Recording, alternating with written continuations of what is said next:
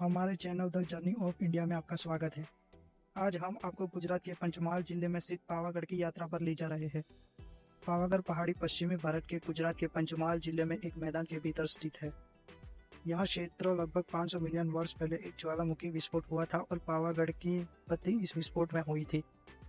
तेज मानसूनी हवाएं खड़ी पहाड़ी ढलानों पर हवाएं ऊपर की ओर ले जाती है। इस पहाड़ी पर चांपानेर का ऐतिहासिक शहर है, जबकि पावागढ़ का हिल स्टेशन ज्वालामुखी शंकु पर ही बनाया गया है।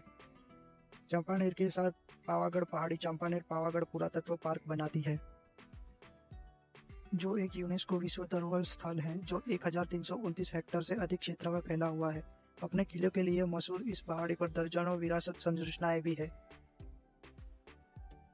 यह स्थल वडोदरा से 50 किलोमीटर पूर्व में है। पावागढ़ का कालिका माता मंदिर भारतीय उपमहाद्वीप के सबसे पवित्र शक्तिपीठों में से एक है। दक्षिणी अरावली पर्वतमाला है जो आसपास के मैदानों से 800 मीटर ऊपर उठती है।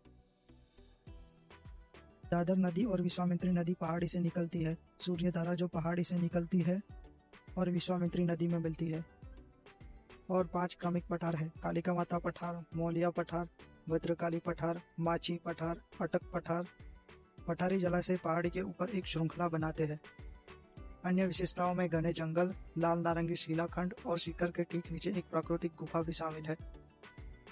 पहाड़ी पर चढ़ने का रास्ता कई पुराने दरवाजों से होकर गुजरता है और चट्टानों के प्राकृतिक किनारों सीढ़ी की तरह काटता है, जिसके किनारे ढलानदार है। इस रास्ते के बीच में एक समतल मैदान है जो पत्थरों से बिखरा हुआ है। समतल जमीन के ऊपर का पहाड़ एक बहुत ही खड़ी पहाड़ी ढलान है। पहाड़ी के शीर्ष पर पहुंचने के लिए केवल 2 ही विकल्प है: पैदल या फिर रोपवे द्वारा। मोनो केबल रोपवे की लंबाई 740 मीटर है। यह प्रति घंटे 1200 लोगों को ले जा सकता है।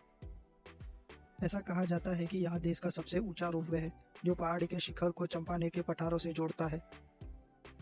जैन ग्रंथों के अनुसार इसे लव और कुश रामचंद्र के पुत्र का मोक्ष स्थल भी माना जाता है। हाल के इतिहास में पहाड़ी की देवी महाकाली माता के मंदिर होने के बाद दूसरी शताब्दी के आसपास मानव बसावट हुई। ऐसा माना जाता है कि पार्वती का पैर इस पहाड़ी पर गिरा था, जिससे यह पवित्र हो गया। पहाड़ी के निर्माण का श्रेय ऋषि विश्वामित्र को जाता है, जो बीते दिनों में यहाँ रहते थे। उनके पास एक कामधेनु नाम की गाय थी। एक दिन गाय चरते समय फिसल गई और घाटी में गिर गई, जिसके परिणाम स्वरूप गाय ने पहाड़ी पर चढ़ने का प्रयास किया। अंततः उसने दूध उत्पन्न किया, जिसे घाटी भर गई और वहां तैरकर ऊंची भूमि पर आ गई। विश्वामित्र को दुर्घटना का पता चला और भविष्य में ऐसी किसी भी घटना को रोकने के लिए उन्होंने देवताओं से घाटी को भरने की प्रार्थना की। देवताओं ने मैदानी इलाके से बाहर निकली 1/4 पहाड़ी पावागढ़ पहाड़ी के साथ पूरा किया। अपने किलों के लिए मशहूर इस पहाड़ी पर दर्जनों विरासत संरचनाएं भी है। यह यूनेस्को विश्व धरोहर स्थल चांपानेर पावागढ़ पुरातत्व पार्क का एक हिस्सा है। पावागढ़ में जैन धर्म के मंदिर भी उल्लेखनीय है। वे 3 समूहों में है। पहले में नक्करखाना गेट के पास भवना देवी मंदिर है, जिसे नवलखा मंदिर भी कहा जाता है। दूसरा समूह तीर्थंकर सुपार्श्वनाथ और चंद्र प्रभु के सम्मान में है। और तीसरा समूह पावागढ़ पहाड़ी माता जी की चट्टान के दक्षिण पूर्व में स्थित है। दूधिया तालाब के बगल में पार्श्व मंदिर है।